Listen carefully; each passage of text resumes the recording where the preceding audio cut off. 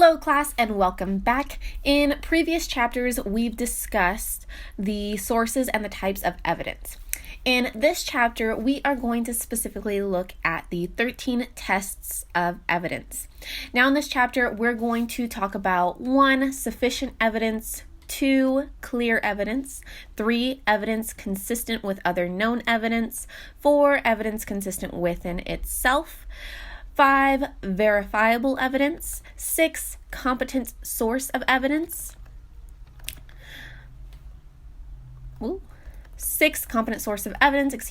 7, prejudiced source of evidence, 8, reliable evidence, 9, relevant evidence, 10, statistically sound evidence, 11, the most recent evidence, 12, cumulative evidence, and then 13, we have critical evidence. So that's all we're going to talk about in this video here.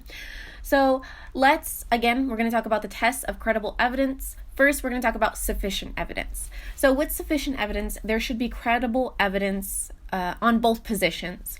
Now, this may not always be initially the case. When I was a student taking this class, I had to do my first debate on the Illuminati. Now, there was definitely sufficient evidence out there. However, most of it was not credible. It's important to clearly define key terms with your partner, like how you all did for your first debate, so that you can really narrow down your research and know what you're researching as well. So now that we've talked about sufficient evidence, let's jump into clear evidence. Clear evidence, lack of clarity between the claims you're making and the support are never ever good. Your audience should be able to see a clear relationship between arguments being made and clear evidence to support them. Next, we have evidence consistent with the other known evidence. It's important that we don't just look at one article and take that one article at face value. If, for instance, your opponent has a surplus of articles that contradict your one article, and you only have that one article to support your idea, you've completely lost credibility with your audience and you've weakened your position. Next, we have evidence consistent within itself. Read through the entire article and make sure the article within itself is consistent with your position. Don't just take bits and pieces that support your argument. Your opponent could just as well have read the same article in preparation for your debate. And if this happens, you're again weakening your credibility. And not only that, but it's also unethical. Next, 5, we have verifiable evidence. This kind of evidence is what we do within our discussion board posts. We post the link, giving everyone in our class accessibility to the article we used so that if a reader wants to, they can verify the facts or data presented that you used. 6, we have competent sources of evidence. This is when we must determine whether the source of the evidence is actually qualified to testify on the matter. For instance, if you're using expert testimony, which is something that I recommended in the previous chapter, you shouldn't have a hard time really researching the person who wrote the article. They should be regarded by others in the field, which in he or she claims special competency. So in essence, people in the field will have heard of them because they're experts, and those people usually have their own websites, or there's websites that are devoted to those expert scholars' work, and so on. So number 7, we have unprejudiced source of evidence. Many articles, news stations, and so on, they have biases. I think at times it can kind of be difficult to separate these sources from credible sources, but again, it's important to do research on the organization or the source you're retrieving your information from to ensure that there's no ulterior motives, and for the most part, they're as unbiased as you can get. Number 8, we have reliable evidence. So reliable evidence is looking at if the evidence is trustworthy and accurate. If you're using sources that have shown reliability throughout a time span, such as Pew Research, audience members will trust the source, and it's going to also boost your credibility when using known reliable sources to support your ideas. Number 9, we have relevant evidence. Within relevant evidence, we are asking, is there a clear correlation between the evidence presented and the issue at hand? I'm sure you've watched debates where opponents will go in on another's character or on their opponent's character, opposed to answering a question related to policy. It's difficult to completely disregard those messages after presenting them. However, audience members, they can definitely see through that tactic. In our debates, evidence should be related to the issue at hand. We don't necessarily want to just attack someone based off of their character. We want to look at the evidence that's being shown. Number 10, statistically sound evidence. Most audience members find stats to be uninteresting or difficult to follow. Again, to each their own. Some of you might be really intrigued by stats, and they clearly do help support arguments that we're making.